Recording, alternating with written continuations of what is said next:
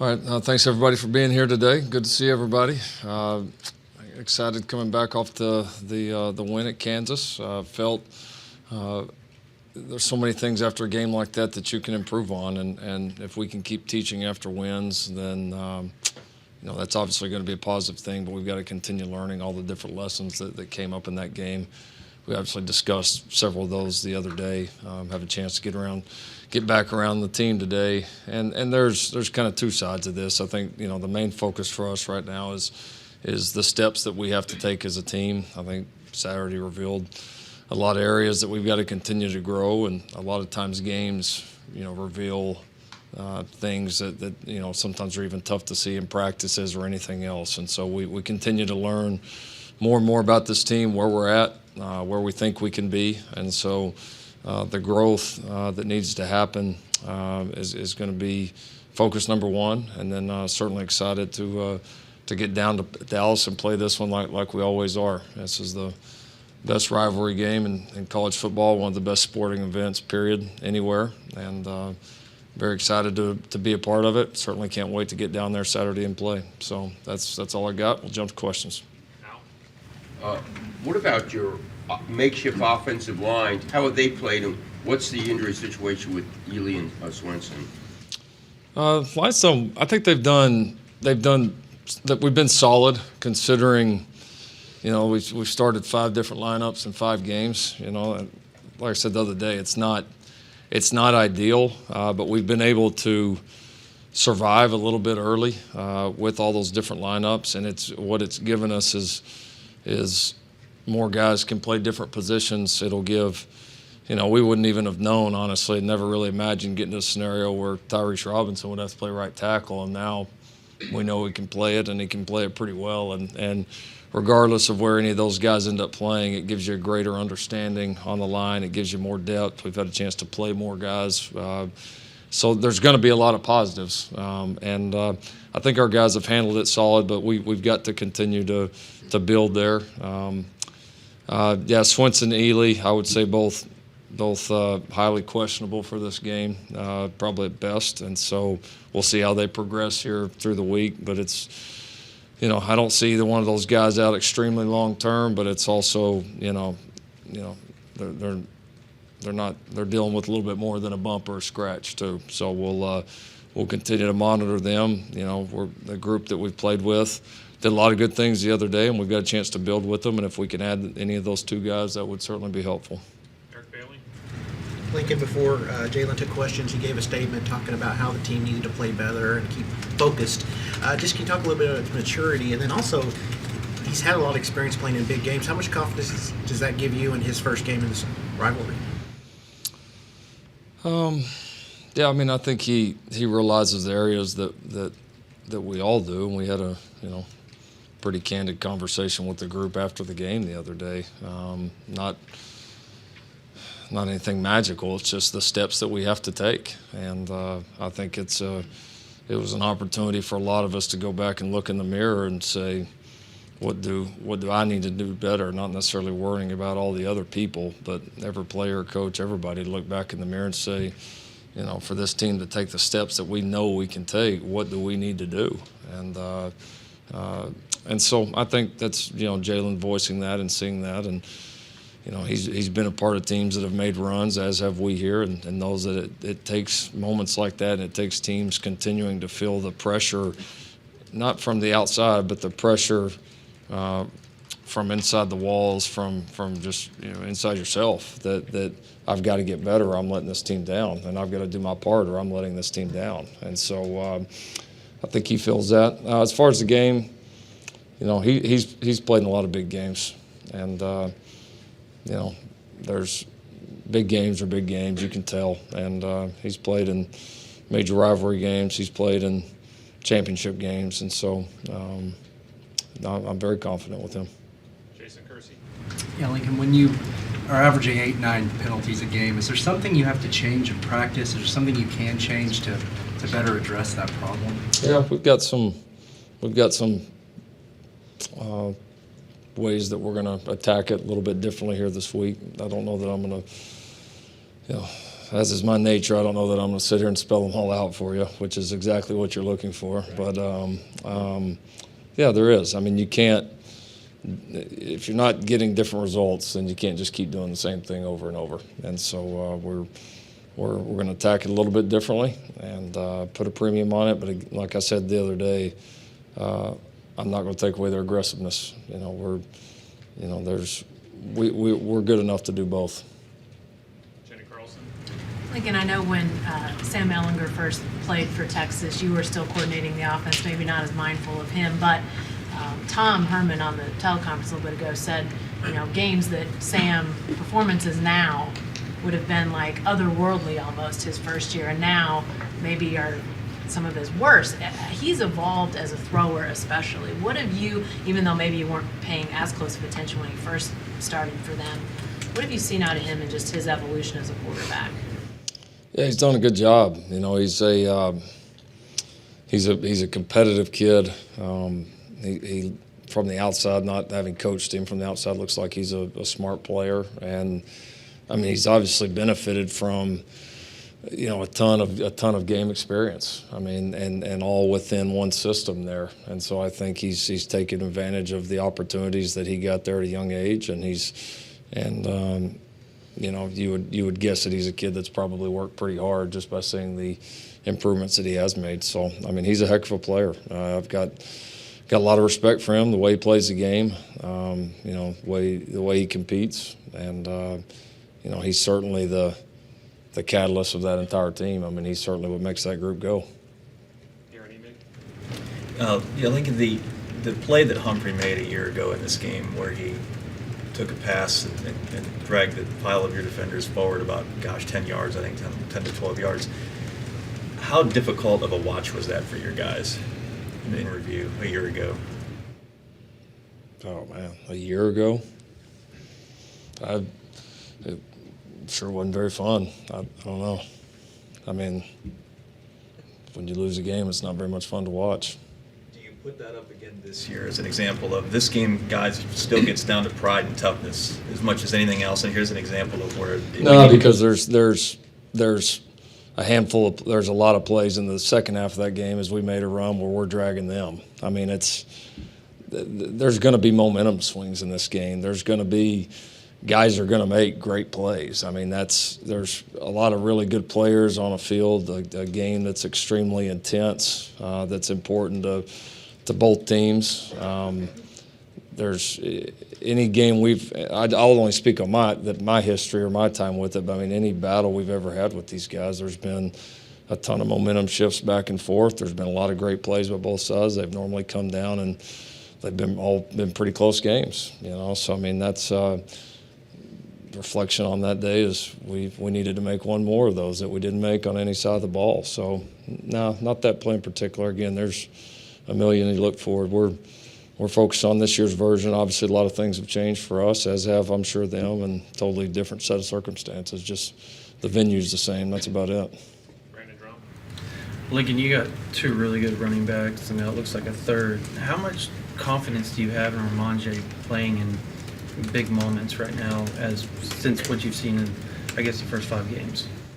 Oh, he's doing great. We have, it's not really about big moments. I mean, I think you either trust a guy to play or you don't, and we trust him to play. I mean, he's earning that trust quickly and making a lot of big runs. And like I said, we look at that group and feel like we have a lot of different options, a lot of guys that we can go to, and a lot of guys that'll deliver when it's their turn. Tyler Palmasier. Lincoln, having Jalen, a big quarterback inside the 5-yard line who can Kyler you could design runs for too, but Jalen just being bigger can almost push himself and be pushed in the end zone. How much guesswork does that take out of that area where it can be kind of tough to call plays? I mean, it helps. I mean, it's an added weapon. I mean, like you said, it's just different with the guy that you have back there. But certainly he provides some opportunities down there that are in some ways different than what we've had. So it's you just feel like it's just another bullet that you can fire at him, that maybe you hadn't always had. So now it's been good here for us so far.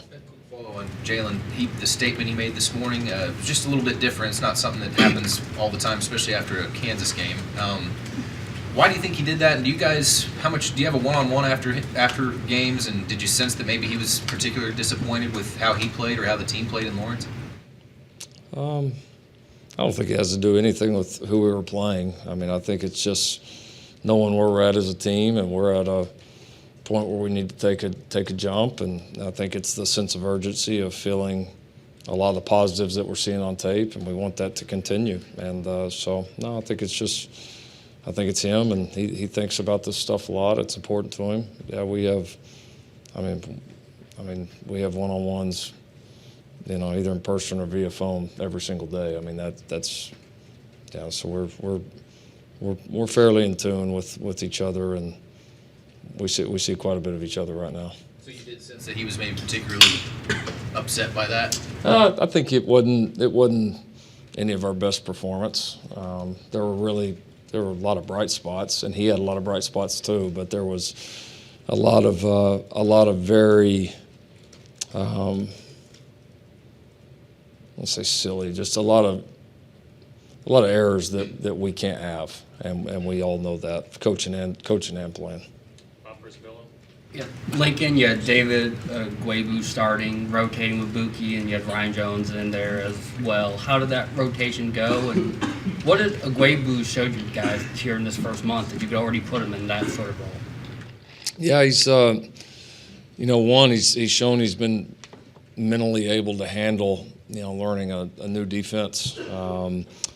Being able to bounce around a couple of different positions. So the kid's been really impressive mentally, and then he's a guy right now that flashes. There's just some flash plays of his ability where you're like, man, this guy could, has a chance to really be a good player. And to combine that with a guy that's smart and doesn't bust too much, I mean, it's a good start. We hope as he continues to grow that it becomes more and more flash plays, and then feel like that it will be. But he's his work ethic, the way he carries himself, we felt like he was ready for it. Barry Trammell. Yeah, Lincoln, do you have a sense for how this team will play when it's really pushed in crunch time? You haven't had a fourth quarter game yet. Mm-hmm. Do you have a sense of that, or do you just have to wait and see how they do when it happens?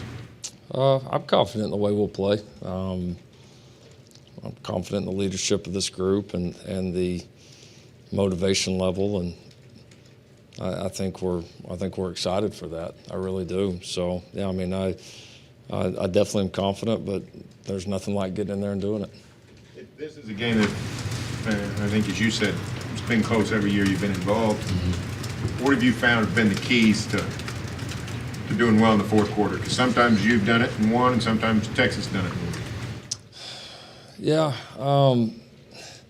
it's just kind of a slugfest. I mean, it always is, and that's what makes it fun. And I think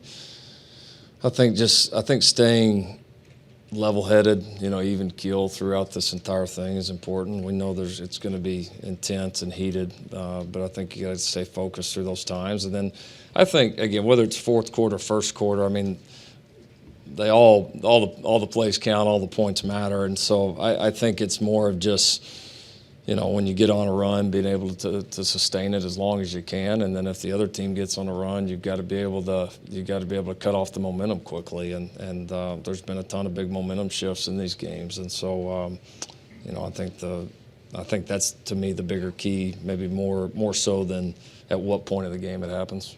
Kyler had not been in that situation last year, and he came through with a great finish. Jalen hasn't done it here, but he has in the past at Alabama.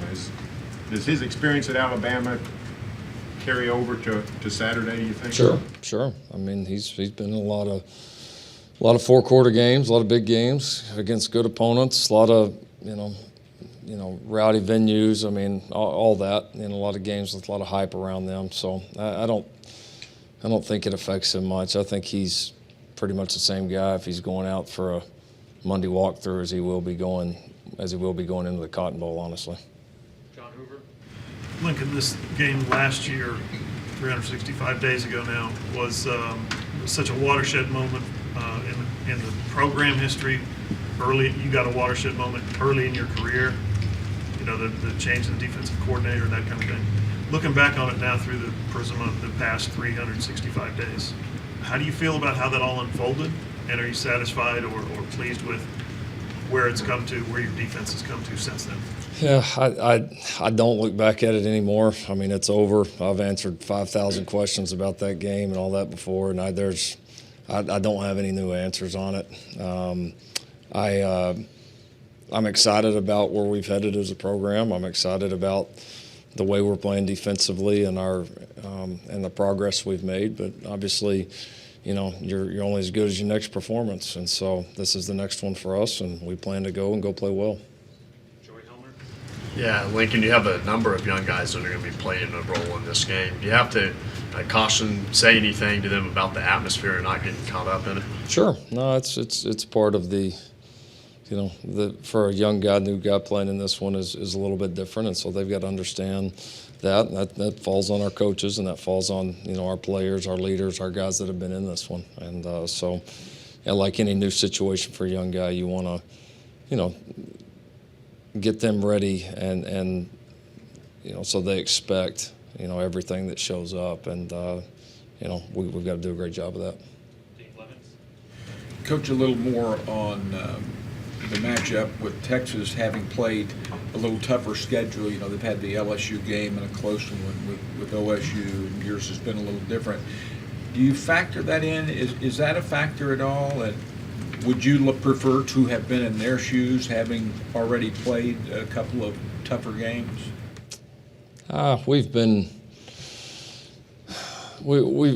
had it both ways. You know, we've had the years where we've you know battled Ohio State or whoever at Tennessee, whoever else it was, and had some big ones against them. And so, no, I don't know that I have a preference. I mean, I think I still think it's just about it's about, you know, your own team and about your evolution and how you prepare and how you focus. And so, there's advantages to both. I don't know that you can sit there and say it gives one a big advantage to one team or the other. There's obvious advantages to having it either way, and so again, I think you've got to know your team, know what your team needs in the moment, and do everything you possibly can, both the team and you as coaches, to get them ready. And regardless of what the scenario has been leading up to it, and I think this is that kind of game. I mean, I think this game.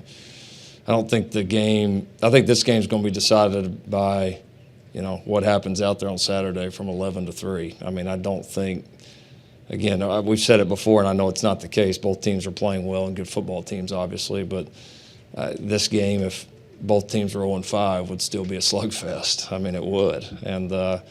And so I think this is one of those that it's kind of in its own world. Okay, we'll go in the back. Joe Masato. Lincoln, at Big 12 Media Days, the director of officiating basically said it depends on whether horns down is going to be a penalty or not. I know you guys dealt with this, you know, last year, especially before the Big 12 championship game, but how are you handling that with your team before this Saturday? Yeah, we won't. Our players won't do it. So our players won't do it. Just like the Big 12 game.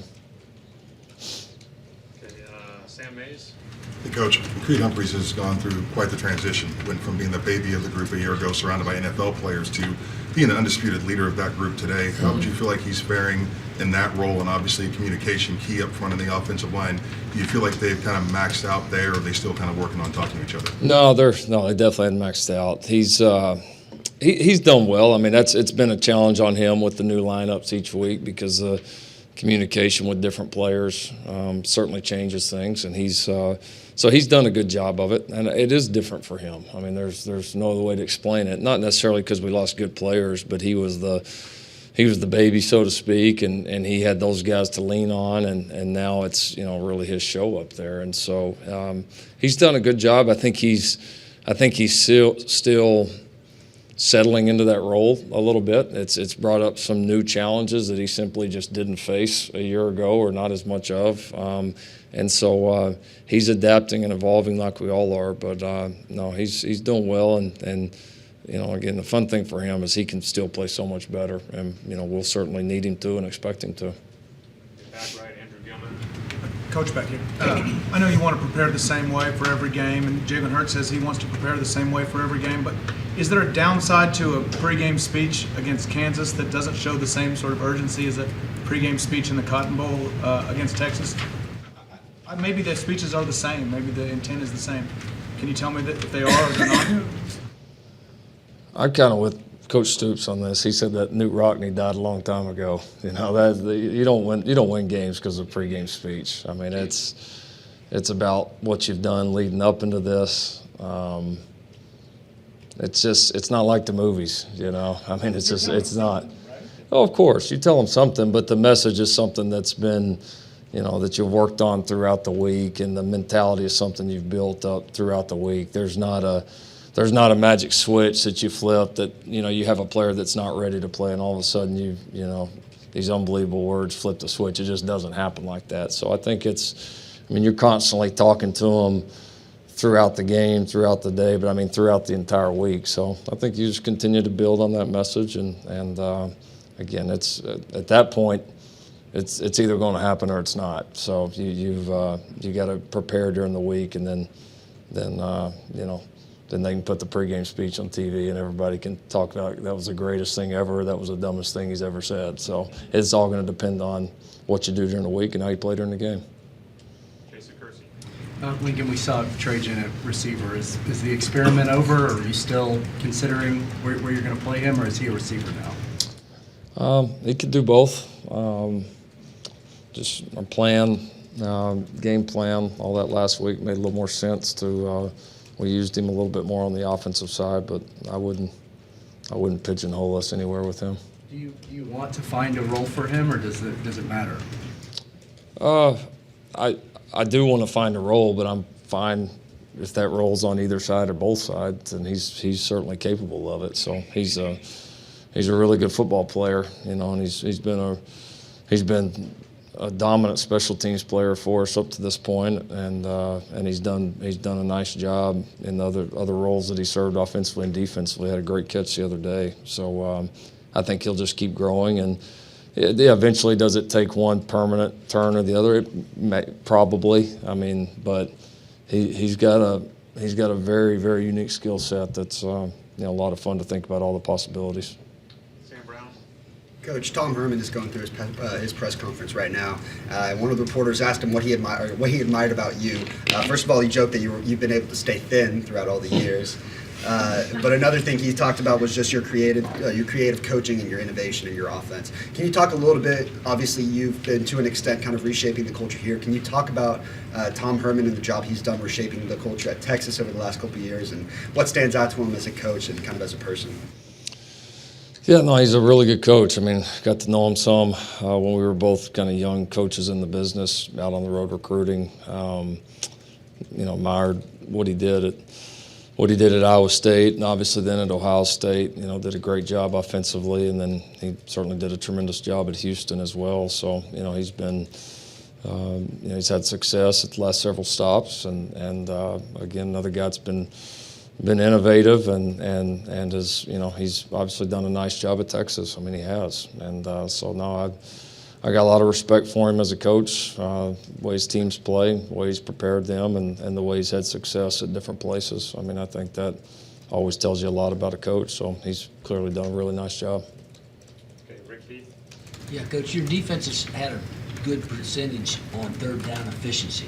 How important is that this Saturday when given a chance getting off the field on third down? That's critical. It's critical, and that's an area that, you know, Texas has been, you know, extremely good, and it's an area we've been extremely good. So that'll be a huge part of this game. You know, you're gonna have two good offenses on the field, and you know, are you able to stay on the field? Defense is able to get those off the field and get the other team the ball back. I mean, it's going to be a big factor, you know, I think on all sides. It always is. I mean, it's not anything new, but there'll certainly be a little bit of strength versus strength there as far as kind of how the teams have played up to this point. It'll probably be a fairly impactful stat when we look at it after the game. Yeah, Lincoln, you were talking about leadership and how earlier when you were asked about, you know, the fourth quarter and you like the leadership of your team.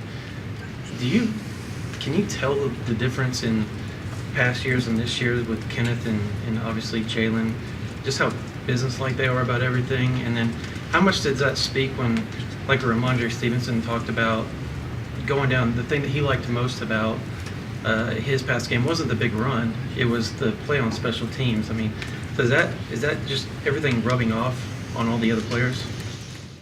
I don't know that I, again, compare it. I mean, we've had a lot of guys around here that have had a very business-like approach and have been very successful on both sides of the ball. But I think we do have some strong leadership on this team right now.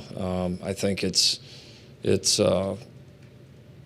a little more balanced in terms of where we're getting it from than maybe at times before, which has been good. And now this is a pretty unselfish, hungry team. I mean, we've had a lot of examples like that. You know, Ramondre right after his long touchdown run gets that. I mean, you know, Charleston Rambo had that in the first game. He had the long touchdown out here against Houston. We tried to take him out and kick off, wouldn't do it. You know, we've had a lot of pretty cool examples throughout the year. I mean, you know, Nick Baskin dislocates his shoulder on a punt return out here, and before he even puts it back in place, goes out and finishes and tries to block the guy with the arm hanging down. I mean, we've had a lot of pretty cool examples of that throughout the year. That these guys play the game for one another. I mean, they do, and so there's a good culture, a good vibe around this team, and certainly the leadership is part of establishing that.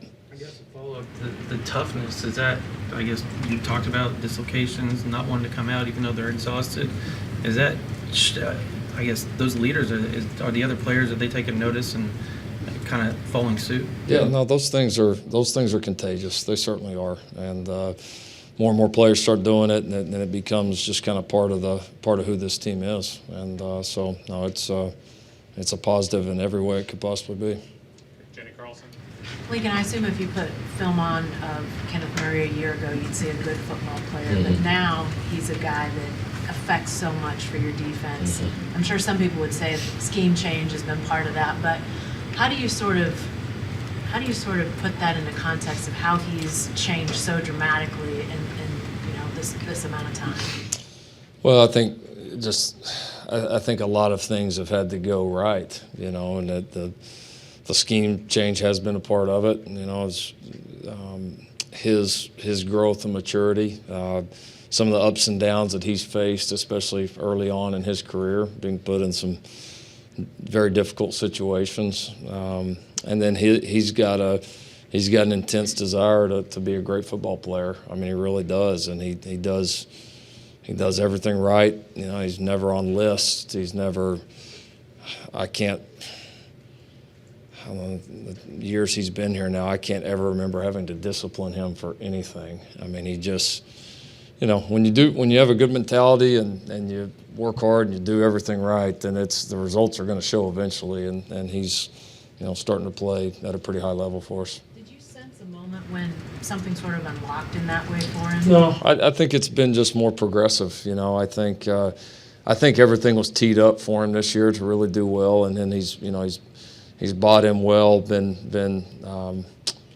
been taught the system very well. He's bought into it well. He's fit into this to this new scheme and mentality and all of that. And I think that was kind of the finishing touch. Not to say finishing touch. I mean, he's still got a lot of ways to get better too. But I think that was, I think he had kind of set the table a little bit with all he had gone through and done in the previous years.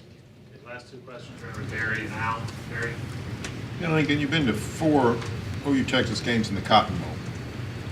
Have you, considering what your team was, have you played well down there? Have you not played well? How do you see those games? Because from an outsider, you're favored 8, 10, 17 points, and every game goes to the wire and you don't play as well. How do you see it?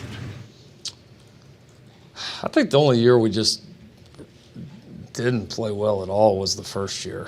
I mean, we really just didn't play very well on any side anyway that day. After that, I think it's been kind of like we said earlier, a lot of different momentum swings. I think we've had, again, the first few years I'm looking at it more from an offensive lens a little more. But I would say really in I guess what's been the next 3 years, I would say just there's been a lot of swings in it. We've had stretches we played really good. We've had stretches where we haven't. Last year was probably one of the biggest stretches that we've had where we just did not play well at all, but we're able to come back. And so, yeah, I mean, we definitely we want to play better. I mean, there's no doubt about it, and expect to. And so, but you also got to understand with this game that there are going to be the swings and the momentum shifts because that's just what this game is. And so we got to be able to handle those as they come. Lincoln, different subject. They announced your West Virginia game for 11 a.m. That's 4 straight, really unheard of. Does it affect recruiting, and what's your thoughts of playing 4 straight 11 o'clock games? Yeah, I mean, it's, it is what it is. I mean, we're obviously totally 1,000% locked in on this one this week. So is it ideal? No, but that's when they told us we'll play, and we'll figure out the recruiting end of it. We'll make it work, and like I've said before, it doesn't matter if it's 6 a.m. in the parking lot. They just tell us when and where, and we'll show up ready to play. Thanks, Coach. All right, thanks.